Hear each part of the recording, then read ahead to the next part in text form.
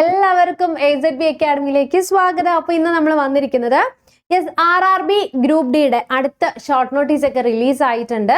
അതേപോലെ തന്നെ നമുക്ക് MTSന്റെയും അടുത്ത സെറ്റ്, അതായത് 2026 MTS എന്നല്ല, നമുക്ക് SSCയുടെ കലണ്ടർ വന്നിട്ടുണ്ട്, ആനുവൽ കലണ്ടർ. അപ്പൊ നോട്ടിഫിക്കേഷൻ ഒക്കെ ഇനി വരാൻ പോവുകയാണ്. ആൻഡ് ഓൾ ദ ടൈം നമ്മളിപ്പോ നോക്കിക്കഴിഞ്ഞാൽ ഈ പറയുന്ന ഫെബ്രുവരി മന്തിൽ MTSന്റെ എക്സാമും സ്റ്റാർട്ട് ചെയ്യാണ് അല്ലെ.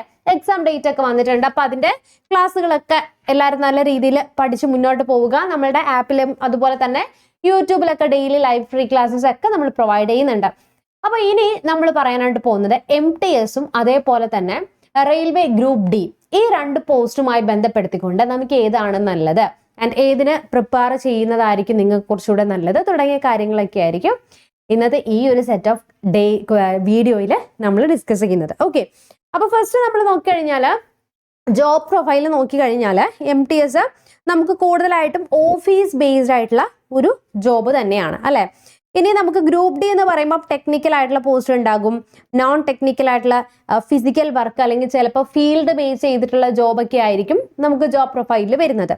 ഇനി അതുപോലെ തന്നെ മെയിൻ ആയിട്ടും നമുക്ക് ഫയൽ ക്യാരി, ക്ലറിക്കൽ അസിസ്റ്റൻസ് കൊടുക്കുക, പിന്നെ മെയിൻ്റനൻസിന്റെ ഗ്രൂപ്പ് ഡിയിലേക്ക് വരുമ്പം പിന്നെ കോച്ച് അപ്കീപ്പ് ചെയ്യുക, അതുപോലെ സിഗ്നൽ സ്വിച്ച് മെയിൻ്റനൻസ് തുടങ്ങിയ ഏരിയാസ് ആയിരിക്കും നമുക്ക് വരുന്നത്.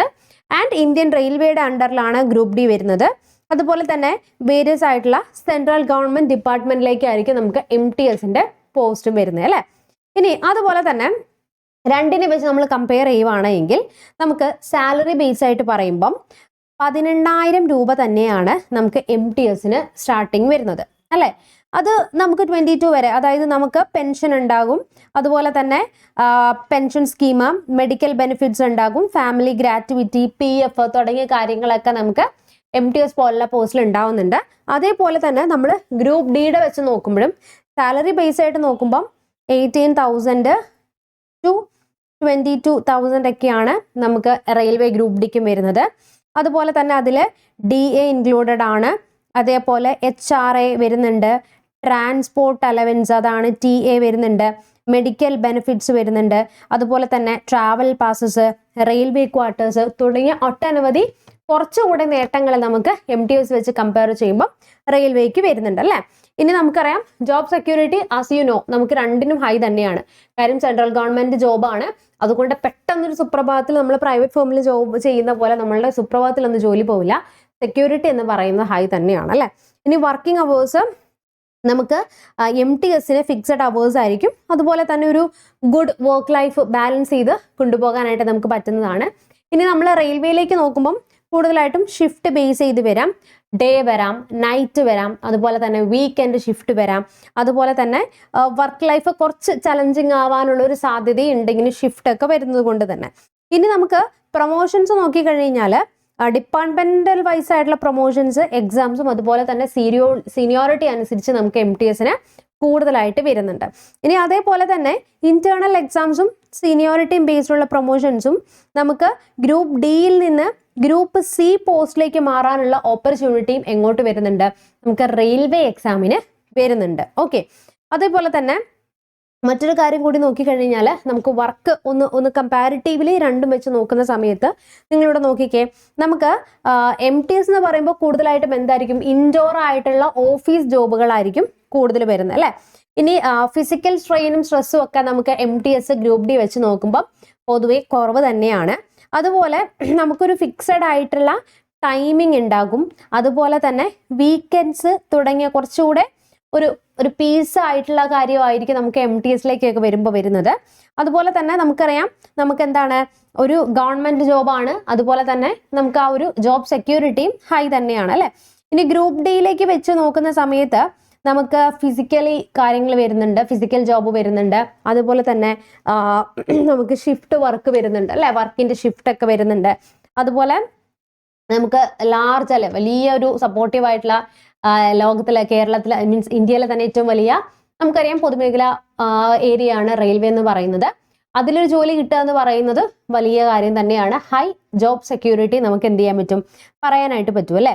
ഇനി ഇത് രണ്ടിന്റെയും പ്രൊമോഷൻ വെച്ചായിട്ട് നമ്മൾ നോക്കുവാണെങ്കിൽ രണ്ടിന്റെയും പ്രൊമോഷൻ തലം വ്യത്യാസപ്പെടുന്നുണ്ട് അല്ലെ. അപ്പം ഡിഫറെന്റ് ആയിട്ടുള്ള ഡിപ്പാർട്ട്മെന്റൽ ആയിട്ടുള്ള പ്രൊമോഷൻസ് ആയിരിക്കും നമുക്ക് വരുന്നത്. അപ്പൊ ഗ്രൂപ്പ് ഡിയിൽ നിന്ന് ഞാൻ പറഞ്ഞു, ഗ്രൂപ്പ് ഡിയിൽ നിന്ന് ഗ്രൂപ്പ് സിയിലേക്ക് കയറി പറ്റിക്കഴിഞ്ഞ് കഴിഞ്ഞാൽ, അതായത് നമ്മൾ ഗ്രൂപ്പ് ഡി പോസ്റ്റിൽ കയറിയിട്ട് അവിടെ നിൽക്കാതെ അതിൽ തന്നെ എക്സാം എഴുതി സെക്ഷണൽ വൈസ് ഡിപ്പാർട്ട്മെന്റ് വൈസ് ആയിട്ടുള്ള ടെസ്റ്റ് എഴുതി കയറുവാണെങ്കിൽ പെട്ടെന്ന് തന്നെ കുറച്ചുകൂടെ നമുക്ക് പ്രിഫറൻസ് ഉണ്ടാകും. ഗ്രൂപ്പ് സി പോസ്റ്റിലേക്കൊക്കെ പെട്ടെന്ന് തന്നെ നമുക്ക് എന്താണ് മാറ്റം പ്രൊമോഷൻ കിട്ടാനുള്ള സാധ്യതയുണ്ട് അല്ലെ. ഇനി MTSന്റെ പ്രൊമോഷൻ എന്ന് പറഞ്ഞു കഴിഞ്ഞാൽ ഹയർ ക്ലറിക്കൽ ക്ലറിക്കലിലേക്കാണ് വരുന്നെങ്കിൽ പോലും നമുക്ക് ഇനീഷ്യലി പ്രൊമോഷൻസ് എന്ന് പറയുന്നത് RRB വെച്ച് കമ്പയർ ചെയ്യുമ്പോൾ കുറച്ചെന്താണ് നമുക്കിവിടെ കുറവ് തന്നെയാണ്. ഓക്കെ, ഇനി നമുക്ക് മറ്റൊരു കാര്യം എന്ന് വെച്ച് കഴിഞ്ഞാൽ എന്താണ്, നമുക്ക് ഇവിടെ ജോബ് സ്റ്റേബിൾ ആയിട്ടുള്ള ഒരു കരിയർ ആണ് നമുക്ക് പ്രൊവൈഡ് ചെയ്യുന്നത് അല്ലെ. അല്ലെങ്കിൽ ഇത് ഓരോ നമ്മൾ അപ്കമിങ് ആയിട്ട് പോകുന്ന സമയത്ത് എക്സാം എഴുതി മുകളിലേക്ക് പോകുന്ന സമയത്ത് ഡെഫിനറ്റ്ലി നമ്മുടെ കരിയർ ഗ്രോത്തും ഇത് ഉണ്ടാക്കുന്നുണ്ട് അല്ലെ. അപ്പം ഒരു കാര്യം, ഇപ്പോഴത്തെ SSC MTS നിങ്ങൾ പ്രിപ്പയർ ചെയ്യുന്നുണ്ടെങ്കിൽ നമ്മളൊരു കാര്യം കൂടി പറഞ്ഞോട്ടെ. നമ്മൾ SSCക്ക് വേണ്ടിയിട്ട് ഫെബ്രുവരി നടക്കാൻ പോകുന്ന പരീക്ഷയ്ക്ക് വേണ്ടിയിട്ട് ഒരു ക്രാഷ് കോഴ്സ് സ്റ്റാർട്ട് ചെയ്യാണ്. 999 ആണ് കോഴ്സ് ഫീ വരുന്നത്. ഇതിൽ നിങ്ങൾക്ക് 20 ഫുൾ ലെങ്ത് മോക്ക് ടെസ്റ്റും അതേപോലെ തന്നെ 20 ഇതിന്റെ ലൈവ് ക്ലാസ്സിന്റെ അനാലിസിസും എക്സാം ബേസ്ഡ് ആയിട്ടുള്ള ഒരു റിവിഷൻ ക്രാഷ് ആയിട്ടാണ് എന്ത് ചെയ്യുന്നത് നമ്മൾ പ്രൊവൈഡ് ചെയ്യുന്നത്. അപ്പോൾ കോഴ്സിനെ കുറിച്ച് അറിയാനും കൂടുതൽ സംശയങ്ങൾ എന്തെങ്കിലും കമന്റ് ബോക്സിൽ കമന്റ് ചെയ്യുക. ക്ലാസ്സിൽ ജോയിൻ ചെയ്യാനായിട്ട് നിങ്ങൾ എന്ത് ചെയ്താൽ മതി, ഈ കാണുന്ന നമ്പറിലേക്ക് ഒന്ന് വിളിക്കുക. അതുപോലെ തന്നെ ഗ്രൂപ്പ് ഡി എന്ന് പറയുന്നതും MTS എന്ന് പറയുന്ന രണ്ടിന്റെയും സിലബസ് വെച്ച് നോക്കുന്ന സമയത്ത് നമുക്ക് അവിടെ ഇംഗ്ലീഷിൻ്റെ ഒരു വ്യത്യാസമാണ് വരുന്നത്. ആൻഡ് വലിയ രീതിയിലുള്ള നമ്മൾ പഠിക്കുന്ന ഹിസ്റ്ററി ജോഗ്രഫി കാര്യങ്ങളൊന്നും വ്യത്യാസം വരുന്നില്ല. അപ്പോൾ അതുകൊണ്ട് തന്നെ നിങ്ങൾ പ്രിപ്പയർ ചെയ്യുക, രണ്ടും എക്സാം എഴുതുക. ഇൻ കേസ് നിങ്ങൾക്ക് MTS ആണ് കുറച്ചുകൂടെ താല്പര്യമെങ്കിൽ ആ ഒരു മേഖലയ്ക്ക് പോവുക. ആൻഡ് ഗ്രൂപ്പ് ഡി മതി എന്നുള്ളവരാണെങ്കിൽ അത് ചൂസ് ചെയ്യുക. അപ്പോൾ രണ്ടും നിങ്ങളുടെ ഓരോരുത്തരുടെയും ഇഷ്ടമാണ്. ഓക്കെ, അതായത് നമുക്ക് ഏത് പോസ്റ്റിൽ എത്ര നമുക്ക് എന്ത് വേണം എന്നുള്ളത് ഓരോരുത്തരെയും ഡിഫറെൻ്റ് ആണ്. ഓരോരുത്തരുടെയും ആഗ്രഹങ്ങളും ആശയങ്ങളും ഡിഫറെൻ്റ് ആണ്. സോ നിങ്ങൾക്ക് എളുപ്പമായിട്ടുള്ള, നിങ്ങൾക്ക് ബെനിഫിറ്റ് അല്ലെങ്കിൽ നിങ്ങൾക്ക് ഏറ്റവും മികച്ച എന്ന് തോന്നുന്ന കാര്യങ്ങൾ നിങ്ങൾ ചെയ്യാൻ ശ്രമിക്കുക. അപ്പോൾ നമുക്ക് എന്ത് ചെയ്യാം, നെക്സ്റ്റ് ഒരു വീഡിയോയിൽ വീണ്ടും കാണാം. Till then, bye bye and thank you.